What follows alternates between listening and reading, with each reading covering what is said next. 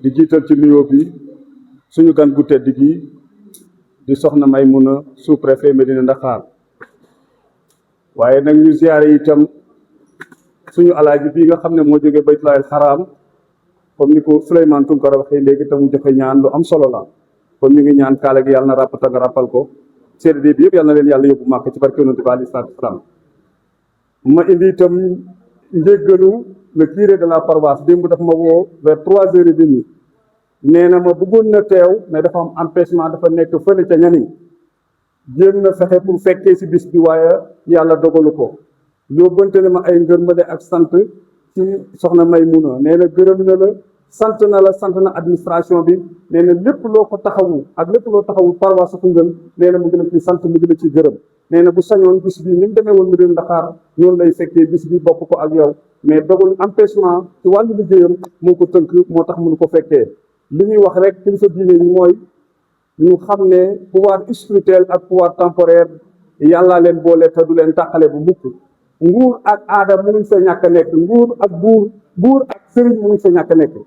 fu buur am rek sëriñ dara ne ca wetam te wax dëgg yàlla sëriñ bi na fonkal buur bi cër bi ko yàlla jox waaye buur bi itam fonkal sëriñ bi cër bi ko yàlla jox ndax kenn ku nekk cër ba nga yor yàlla la ko jox kon nangul nañ cër yi leen yàlla jox bu baax a baax waaye yéen itam nag delloo ngeen kilifa diine yi ak cër yi leen yàlla jox yëpp delloo ngeen leen ko kon loolu ñu ngi leen ci wax jërëjëf ñu lay ñaanal yàlla fële nga nekk jëm di Dakhar lépp loo fa bëgg yàlla na ko fi yàlla defal yàlla nañ fa jógee ci ay promotion te yeneen naataango sous-préfet yi nga fi bàyyi itam ñu nit ñu baax nit ñu ñàkk kiñaan wax dëgg yàlla muy Pape Dieng ak Leyti ñoom ñëpp yàlla na yàlla gën leen taxaw CDD bi itam yàlla gën leen a taxaw kilifa diine département bi yëpp sant nañ la gërëm nañ la ci sa taxawaay yéen ñu ngi leen di sant bu baax seen taxawaay bu baax di la ñaanal yàlla taxawu la li gën si yow yàlla na ko yàlla def parce que quand même vous êtes un homme très engagé gis naa ne à chaque fois te ay événement am di nga taxaw te di nekk si yow rek ngay wax madame la sous-préfète yow yaa waral bés bi li may commencé rek mooy ñaanal la ma ñaanal la fi nga nekk yal na la fa yàlla taxaw may la fa du gudd ak wér gu yaram di nuyu nag di nuyu ñi nga àndal ñëpp délégation bi ànd ak yow commencé si les sous-préfets de IDE en l'occurrence Fabien Leyti Diouf et leurs adjoints lii rek day wane ne non lii rek day wane merci beaucoup lii day wane ne l'administration a été bien représentée ma xam ni ñu disponible parce que dama yaakaar ne la grandeur d'une personne surtout d'une autorité administrative xam ne moo askan wee tax ñu affecté ko ba bërëb bi nekk je crois que ñu ngi ko mën a mesurer si relation yi muy am ak population yi parce que bu fekkee autorité dafa ñëw relation yi nekk relation yu xam ne de manière spontanée day dem si population yi wàccee boppam respecter les populations li muy liggéey li war a def bu koy def correctement yokk si nag ànd ak piété bu xam ne kenn mënu ko mesurer je crois que foofu la ñuy xoolee grandeur wu une autorité su amee qualité yooyu rek forcément population yi dinañ ko respecter parce que le respect se forge par rapport à ces qualités là te qualité yooyu mu ngi si madame Maymuna ba ñu toog bàyyi muy nit ku xam ne en tout cas je pense que ñaan ñi ko topp accompagner ba mu dem Médina Dakhar boobu na xam ne Koungheul ñu ngi continuer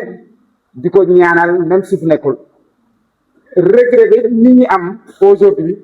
parce que une autorité aussi wala muy un fonctionnaire ak qui que ce soit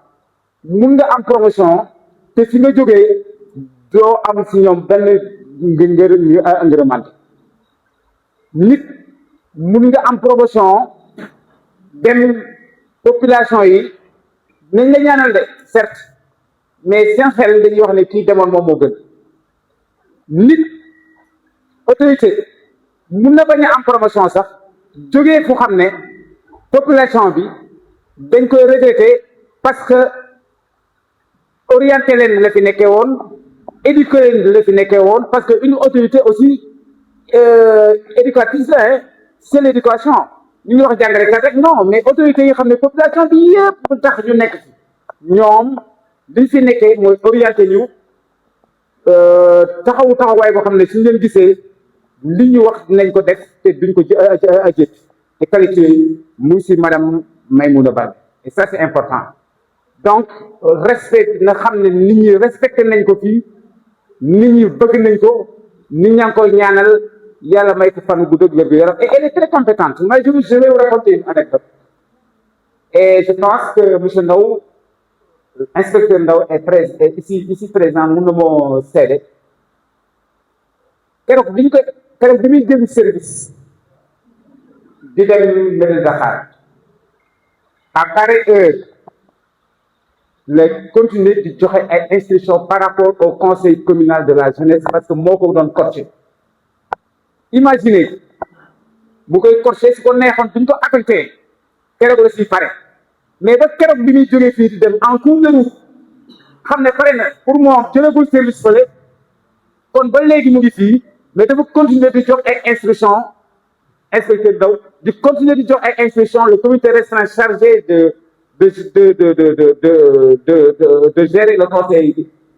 communal de la jeunesse di joxe ay instructions mais ça il faut être une compétence pour pouvoir le faire et ça c'est important donc day war a xam ne kooku kon liggéey bi li tax ñu affecté ko ba mu am promotion bi moom moo ko liggéey donc madame vraiment au nom de SOS Consommateur au nom de toutes les populations du département maa ngi lay gërëm ñu lay gërëm. maa ngi leen di nuyu kenn ku nekk sa tur ak sa sant di jiital ci nuyoo bi sama nijaay El Hadj Malick Cissé di jël nuyoo bi ak ziar bi rek nga jottali ma ko ak imam yëpp di nuyu sous-préfet yi fi toog di nuyu membre CDD bi damay bañ a lim moo tax mais képp ku fi toog rek nuyu naa la ziar la di am mbégte ak kontaante bu baax ak fierté si madame Maïmouna Baldé ndax dafa nekk jigéen bu jàmbaar macha allah ku nekk xam na ne liggéey bu rafet bi mu def si Koungheul moo ko may lii comme nu ko tonton Mbaye Gueye waxee programme yi moo bari fii mais konoon salle bi dina fees ba nit ñi duñ fi xaj ndax yaa ko lebal nit ñi nit ku nekk li nga leble rek ngay fayeku wax dëgg yàlla kenn musul ñëw sa bureau nga tëjal ko sa kanam wala leneen kenn ku nekk su ba ñëwee rek lépp lu mu bëgg da nga koy defal ñu ngi lay jaajëfal di la ñaanal yàlla nomination bi nga am yàlla na si yeneen topp si barke Seydina Mohamed yaag say collègue yi nga toogal fii di nuyu sama doom monsieur le maire Madiama Seck maa ngi lay nuyu bu baax di la ziar di am mbégte daal ak kontaante bu baax a baax di wax si turu opératrice yi jigéen yëpp maa leen di waxal seen kàddu ñu xamale ne daal kontaan nañ si yow jaajëfal nañ la yàlla na la yàlla defal jàmm fa nga nekk nga am fa jàmm fi nga jógee ko tamit nga bàyyi si jàmm. Messieurs les sous-préfets, messieurs, madame les membres de l'amicale du CDD, mesdames et messieurs les randonneurs de Koungheul, chère population de Koungheul, permettez-moi, en ce moment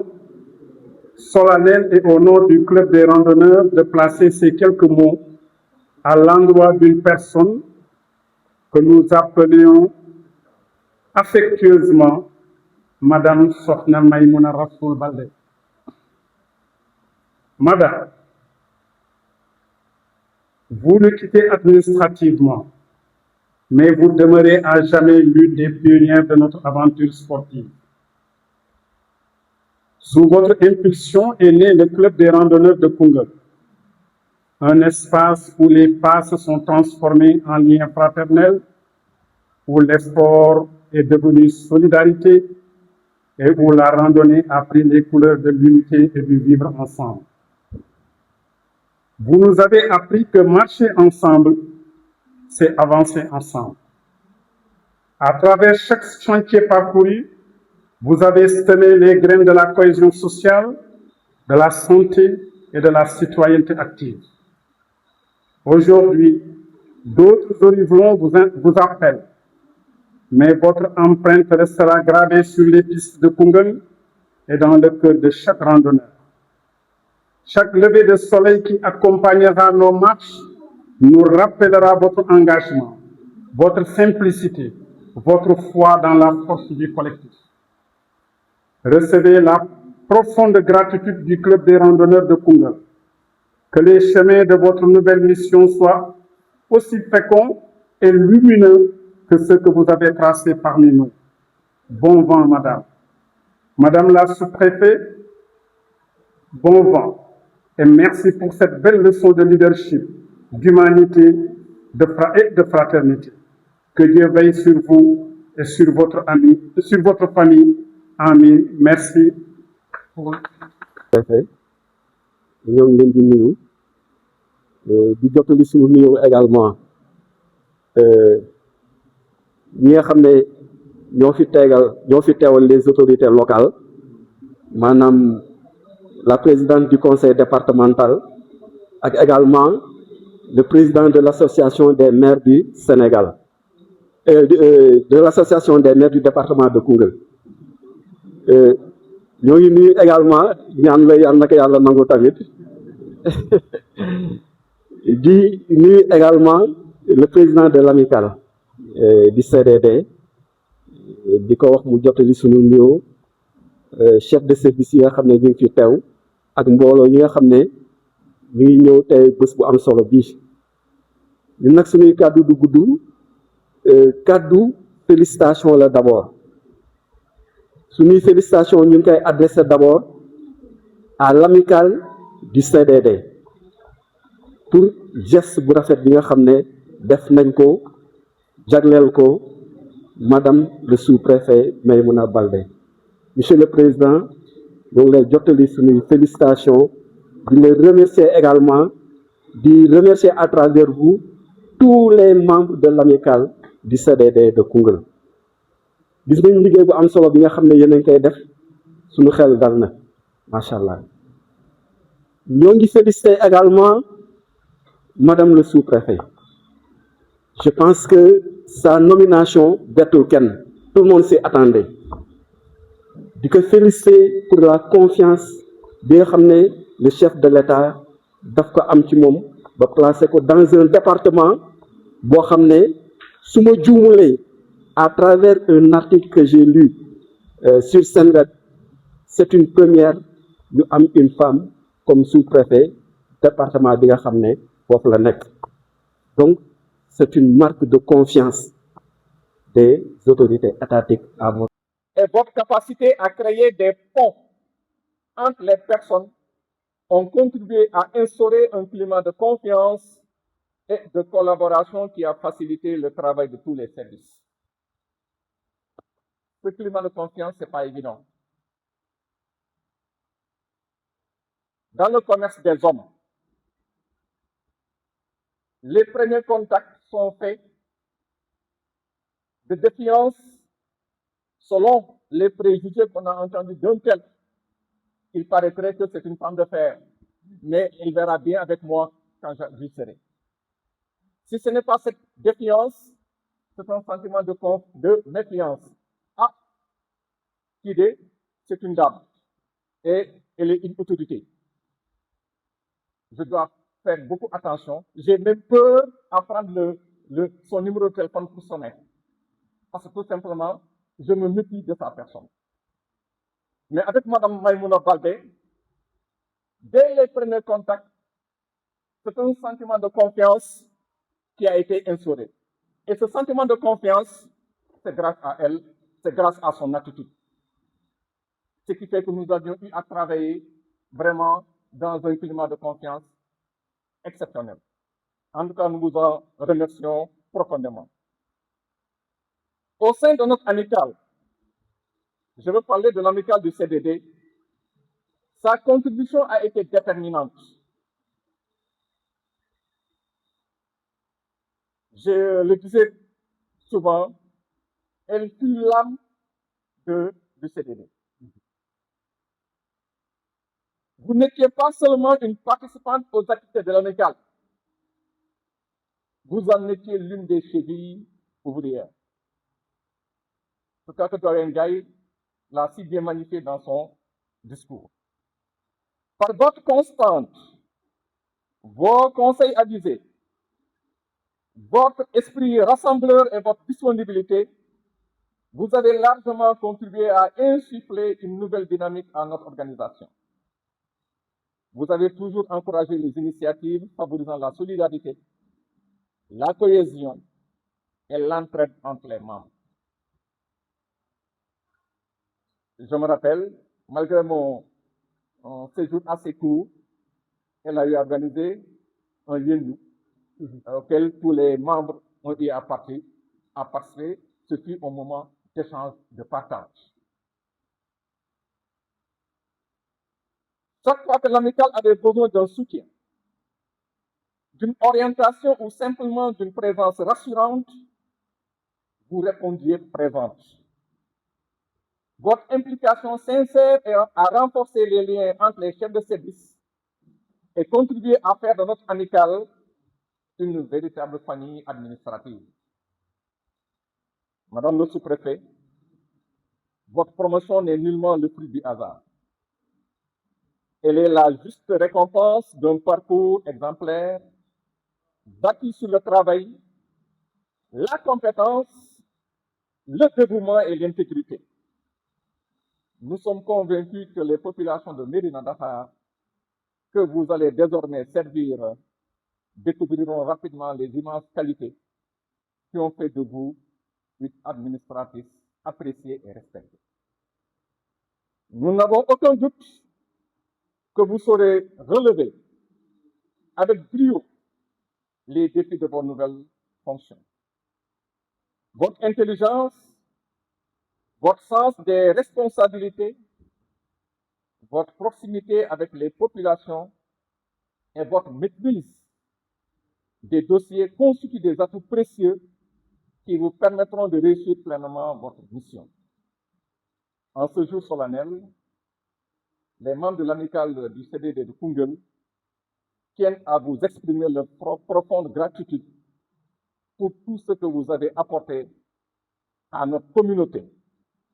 Nous vous remercions pour votre disponibilité. Nous vous remercions pour votre générosité. Nous vous remercions pour votre esprit de fraternité. Nous vous remercions pour l'exemple que vous avez laissé à chacun de nous. Au moment où s'ouvre pour vous une nouvelle étape de votre carrière, nous formulons à votre endroit nos vœux les plus sincères de réussite. Que le Tout-Puissant vous accorde une santé de fer, une sagesse renouvelée et une protection constante. Qu'il guide chacun de vos pas, éclaire chacune de vos décisions et fasse de votre magistère un modèle de gouvernance, de proximité, de justice et d'efficacité,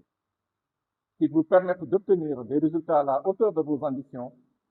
et des attentes placées en vous. Madame le sous-préfet, même si vos nouvelles responsabilités vous conduisent vers d'autres horizons, sachez que vous garderez toujours une place particulière dans le cœur des membres de l'amicale du CDD. ay sous-préfet ñoo ngi fi def leen waaye gis xam na ne préfet mu nga fa gouverneur mu nga kon département Koungheul ñoo dajee li ma dégg géetum kala wax nag ci suñ benn kilifam suñu bàyyi maam Samba Seck daan naa gis bis yu mel nii képp ku am bis mu yëkkati kàddu ci sa bis am lu muy faral di leeral nee na ku nekk ak sa bis tey bis bii bisu Maimouna Baldé la yaakaar naa Maimouna Baldé nag ñu toog fii tey li ma bëgg a wax kenn xamu ko mais moom su ma ko waxee dana ko fàttaliku kum dëkkal Kolda xëy na kum bokkal deret waaye ci service commandement bu dul ñuul ñu nekk fii ci Koungheul képp ku ko ci xam ci service man maa la ko njëkk a xam ndax xam naa ko bi muy nekk poste de première semaine am laa ko fekk kon booba nekkagul Koungheul dafa mos a tolloo xam ne suñu liggéey moo ñu fa yóbbu woon kër yi dañuy wër Sénégal fu nekk dañ fay dem ma àgg fa fekk mu toog ma yor samay këyit ma ñëw ma ne ko préfet këyit yi da laa yor bëgg ñu signal ma ko mu ne ma nekkuma préfet de man yàgguma fi dama fi ñëw bees ñu expliqué ko mu tontu ñu ci loolu ci xam-xam ma ne ko suñuy këyit de dañuy faral di wër Sénégal man nag fu ma fekk ab sous-préfet wala ab absent yàgg naa di lijjanti ko moom nag moo xam fa muy jaar parce que boobu mu ngi jël première semaine muy liggéey poste mu wax ma fu mu jógee nee na daroon jàngale ci métier bi bees loolu ma wax ko mu bàyyi ci xel mu yëkkati téléphone am woo sous-préfet wax ko këyit yi ma yor parce que mooy mbir yi ñuy liggéey jamono bi ñu toll sous-préfet na ko signal ko mu am ci benn copie mu bàyyi ko fi bu mu ñëwee fekk ko fi kon gis nga lëkkaloo nu mu baaxee ñoom ñooy jàng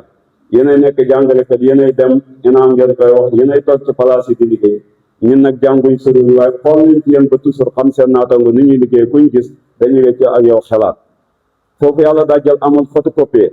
mu ne ma léegi nan la ñuy def ci bii ma ne ko ba tey ñooro sori man du ma tayal ci sama liggéey boo ma signalee ma dem ñooro copie ko ñëw jox la benn ma defal ma loola ci lëkkaloo ci administration kon lii yaakaar naa tey képp koo xam ne xam nga may mun a bagge Koungheul xam nga ne man ba ma koy xam yow xamu ko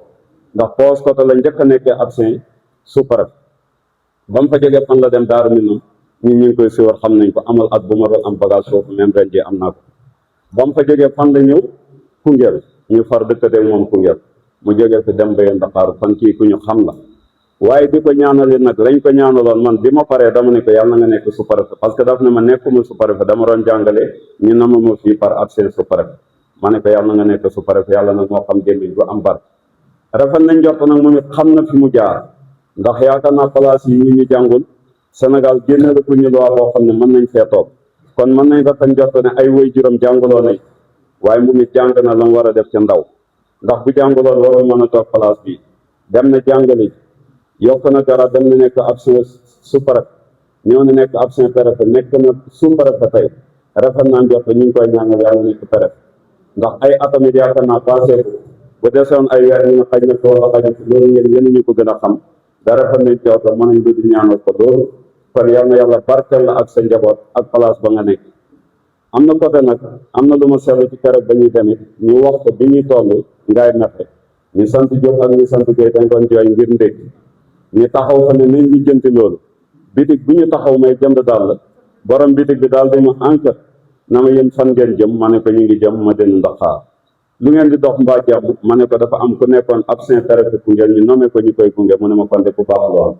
kon xam nga wax yéen a baax de yow la wax yaa baax kon li nga def Koungheul yaa baax suñu baat ci kaw boo fi nekkoon faale yow kenn yëgoo kenn waa Koungheul bi nga topp de kon yow lañ wax ne yaa baax da déggoo ko tey ma wax la ko kon fi nga teg sa tànk yàlla na nga ko continuer département Tivaouane boobu boo fay jógee lu ko ëpp ngay amaat beneen bi ñu sentir ci jigéen ñi bëri ci lool yaakaar naa ñoom Pape ñoom ngay xëy na foofu taw nga leen ci waaye dañ lay comprendre parce que sëriñ may nañu yemaleel say soxna ci ñu ko man yemaleel say njaboot ci ñu ko man sant ñu nañ leen gënalee ñu bëri buñ koy def xaw ma nag ñoom teetul kara borom benn yi mën nañ ko wala déet waaye man borom ñaar bii de lu yeneen bi waxoon rek man naa lu may séddale yemale waaye xol bi moom ko xool moom dana gën a bëggante su parte kaw kon loolu yow itam dañ la ciy comprendre gis nga nit bu nekkee ci loo xam ne Sénégal dañ na parité dañu koy nafee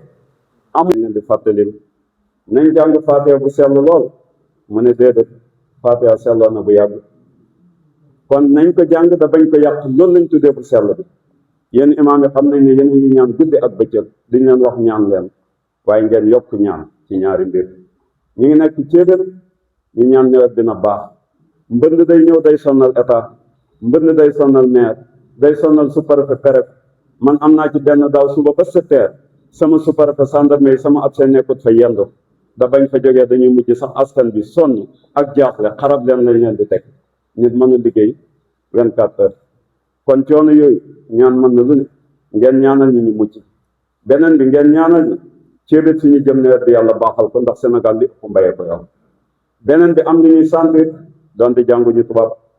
ñi ngi jëm ay examen xale yi ñii war a uti bac ñii war a uti BFEM préfet woote na ci réunion boo nekkee ñoom kër yi ñi ngi jaaxle da ngay gis ku ñuy jàng ba 10 heures jàng ba 11 heures seen nekk man waaye foofu nag ci askan bi nañ ñaanal gune yi di leen dalal seen xel dal danañ mën a am li ñuy uti daan naa dégg ñu ne jàng warsagu làmmiñ la rek am naa ku ma bokkaloon daara maa ko ëppoon xel mu gën maa nangu jàng mokkal na alquran maa ci bu mokkalul alquran gis nga kon mbir nu muy demee ñun ndongo daara yi ñun amuñ jafe-jafe boobu ñun bu njëkkoon ku mokkal alquran ci jamonoy maako dañ lay toggal jamono jox ba nañ la reyal bay lii rek la mais ñun ñàkk a mokkal du gàcce du dara léeg-léeg nag xale yi dañuy jaaxle ci côté boobu te il faut ñu leen di yërëm nañ leen jàppale accompagner leen lépp luñ mën ñu def ko ci war a def ren donte amul war a def déwén parents yi ku mënti doon ñu koy dalal na ko muñal du nekk yenn jafe-jafe ci xale yi beneen bi ñun askanu Koungheul lu ñu mën ci dimbali ñooñu muy ci àll bi ña fa nekk di uti BFEM wala ñu war a ut bac wax dëgg yàlla département bi dafa yaatu da ñëpp ñu ngi ñëw Koungheul suñu amee kër yoo xam ne ci dëkk Loor wala Ribo muy ba ci sous-préfet mu ci bonne volonté waa Peres ku mënti doon xale bu fa war a def ñetti fan su amee ku mën a jël kenn jël keneen comme na ko daara yi daan defee ndar ku fa jaar xam nga ñu ne ndey daara jigéen bu ne da nga daan téye kenn ñu jéem a dimbale gune ñooñu jàppale leen dalal leen seen xel dal ba nga xam ne loolu ak préfet bi toog yëpp ak préfet Marmouna Baldé di ku baax di nit ku yàlla baaxal ndax kàddu yi ñu fi dégg yëpp kàddu mbaax waaye Marmouna Baldé lii ñu lay defal yàlla ak yonent bi sallallahu alayhi wa sallam moo ko njëkk santaane nee na nit bu liggéeyee nga jërëjëfal ko ñaanal ko yàlla loolu lañ lay defal tey jërëjëfal la ñaanal la yàlla fa nga jëm yàlla def fa jàmm wax dëgg yàlla liggéey bu mucc ayib nga liggéey fii ci Koungheul ñëpp nga yemate président dafay wax ne taxaw bi nga xam ne taxaw nga ko fii ci département Koungheul ak jàppale bi nga xam ne jàppale nga ko fii ci département Koungheul yàlla rek moo am fay yàlla la yàlla fay wax dëgg yàlla jàppale nga ko xelal nga ko taxaw nga ko côté bu nekk loolu nag dafa mel ni ñëpp wax nañ kon Marmouna Baldé yow la yàlla baaxal mbaax nag dafa am solo mbaax moo am njëriñ leneen amul njëriñ ndax yàlla li gën a bëgg mooy doomu aadama li nga liggéey ci doomu aadama yi rek loolu la yàlla yàlla te liggéey nga fi liggéey bu rafet ci département Koungheul bu kenn du nattable ndax ubbil nga sa porte bi ñëpp képp ku ñëw lépp lum soxla dañ ci taxaw def ci loo man ak loo man kooku mën nañ ko seedeel man mi nga xam ne maa yore commission religieuse à départementale taxaw bi nga taxaw kilifa diine yi gis naa ko xam naa ko kilifa diine yi ñaanal nañ la et bu ne ñu ngi lay ñaanal yàlla nangu ñaan yi lay ñaanal yëpp président conseil départemental la tey dafa wax ak man téléphone ba li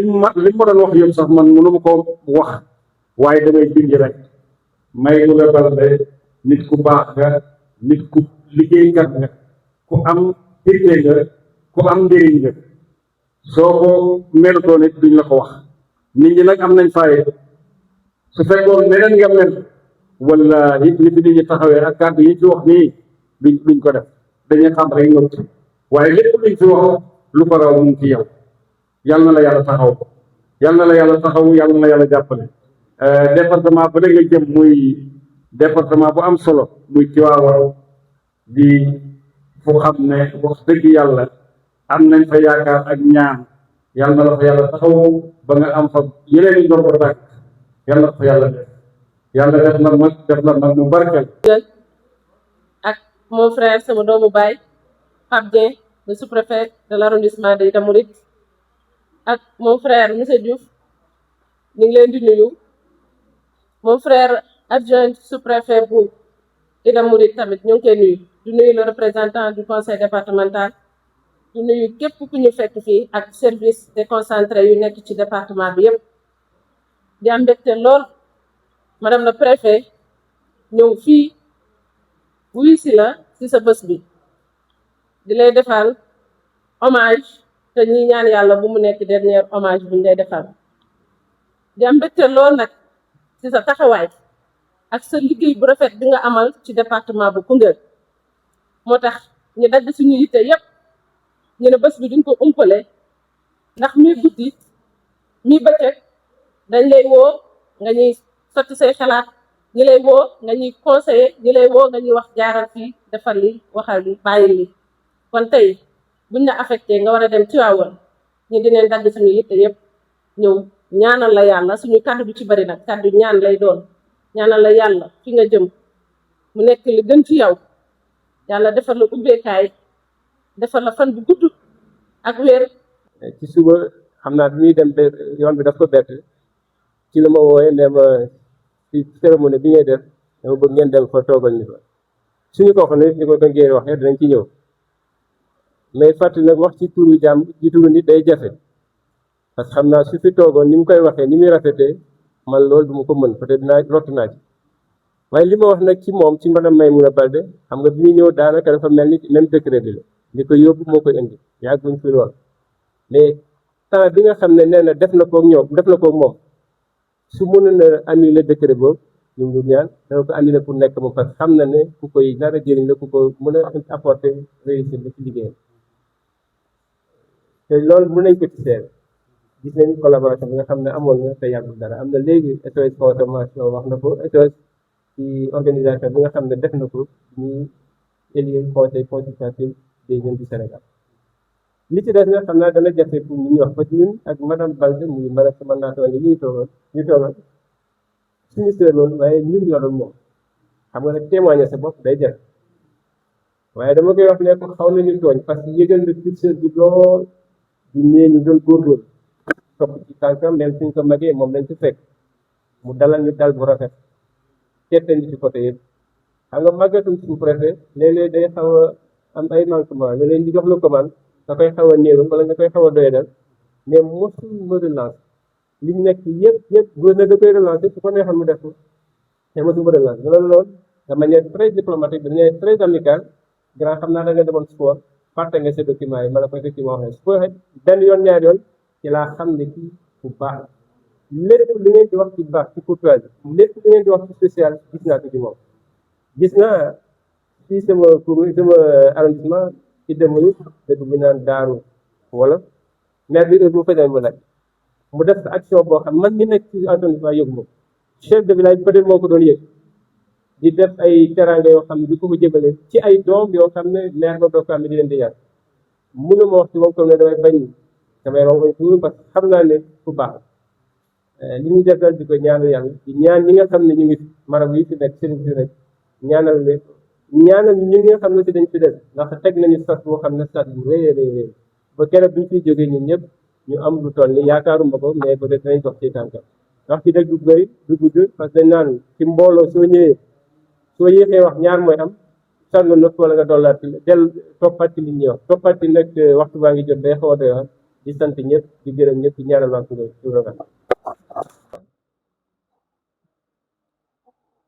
Monsieur le représentant du préfet, Mesdames et Messieurs les autorités administratives, territoriales,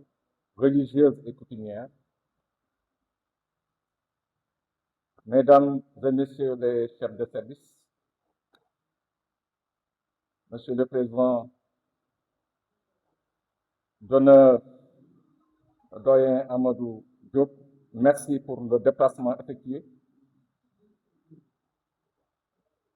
Chers membres du CDD, chers invités, parmi eux je peux citer SOS Consommateurs,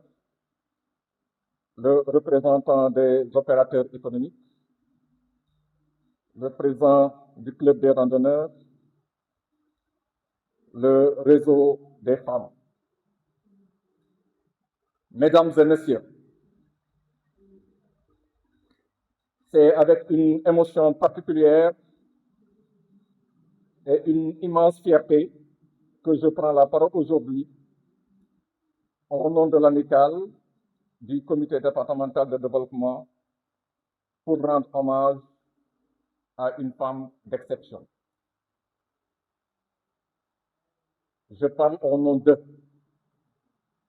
ce qui est pratiquement un gros risque. Je ne suis pas très sûr de rendre effectivement ce qu'ils ressentent ou les témoignages qu'il voudrait rendre à Madame le Préfet. Mais vous m'en excuserez si je ne parviens pas à rendre exactement vos ressentis. J'aurai sans doute tendance à témoigner plus par moi-même que par les autres. Ce n'est pas évident. Donc, une femme d'exception, une collaboratrice remarquable et une sœur de cœur. Madame, ex-l'adjointe au préfet, aujourd'hui appelée à de plus hautes responsabilités à la suite de sa promotion au prestigieux poste de sous-préfet.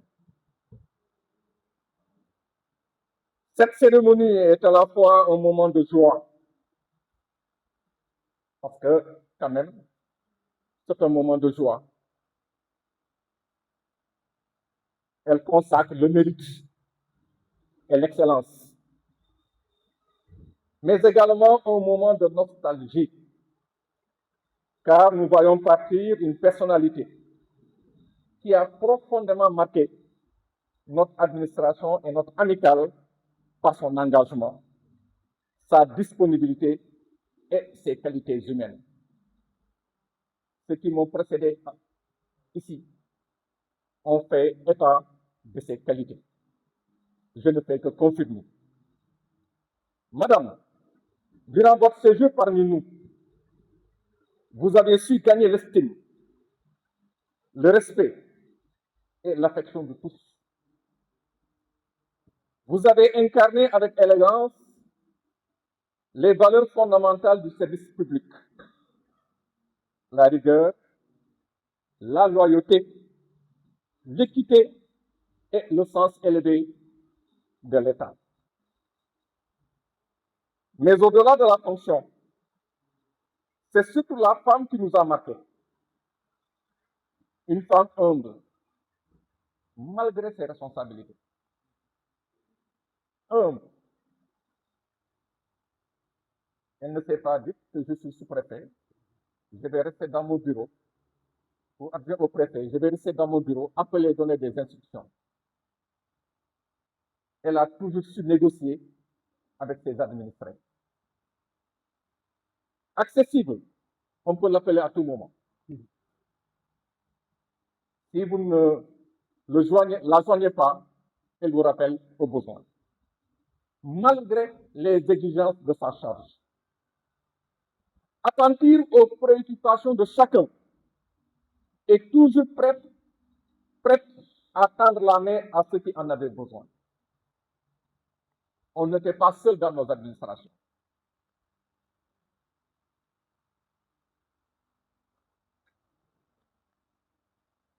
Votre courtoisie naturelle, votre... maa ngi nuyu sama papa yi teew Imam Gueye jóg na sànq moom sama papa la si njabootam laa bokk d'ailleurs keroog biñ may gunge Medina Dakar daf ma ne sama doom il faut ma gunge la il faut ma bokk ci délégation ma ne ko papa ëpp naa def yow mag nga toogal fi nga toog rek te ñaan Imam Cissé monsieur le curé ak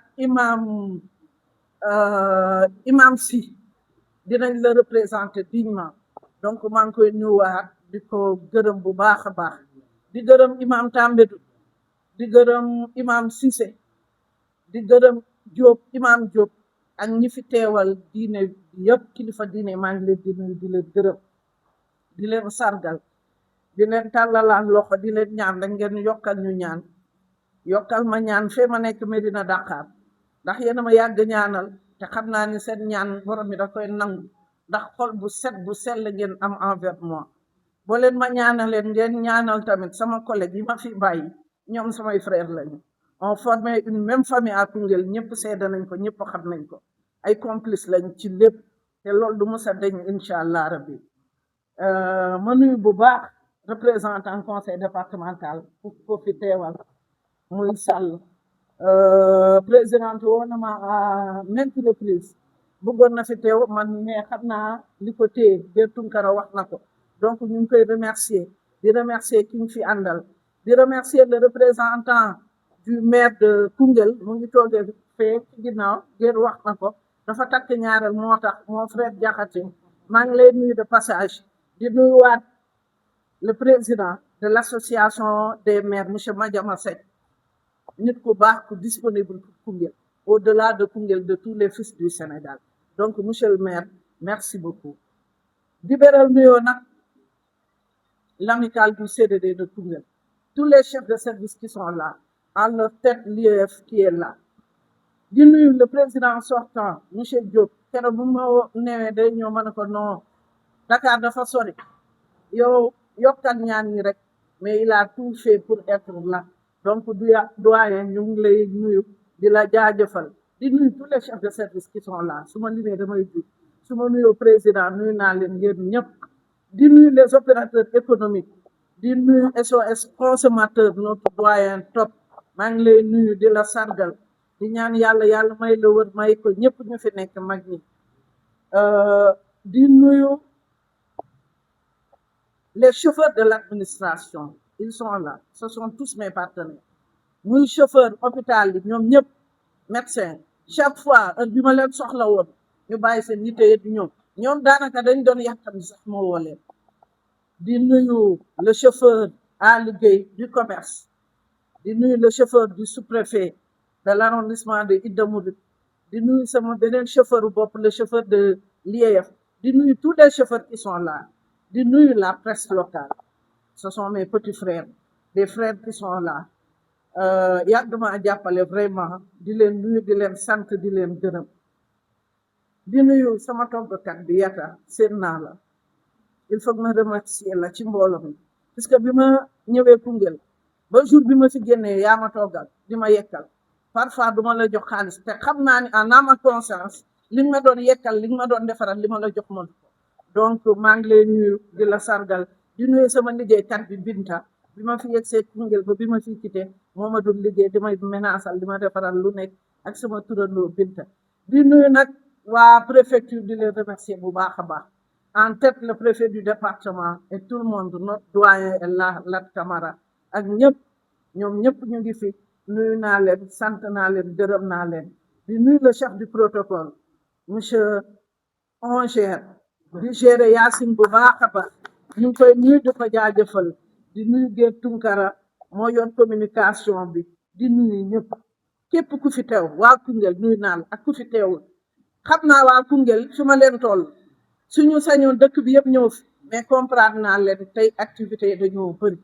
dañoo bëri bu baax a baax le club des randonneurs aw ma seen fay vraiment depuis 10 heures yéen a ngi fi defe naa yéen a fi jiit wax nañ ma ko bu baax a baax donc nag maa ngi leen di nuyu di leen sant di leen sarga di nuyu waa salle bi yëpp waa cadre de vie ak ñëpp nuyu naa leen sant naa leen gërëm naa leen merci beaucoup à toute la population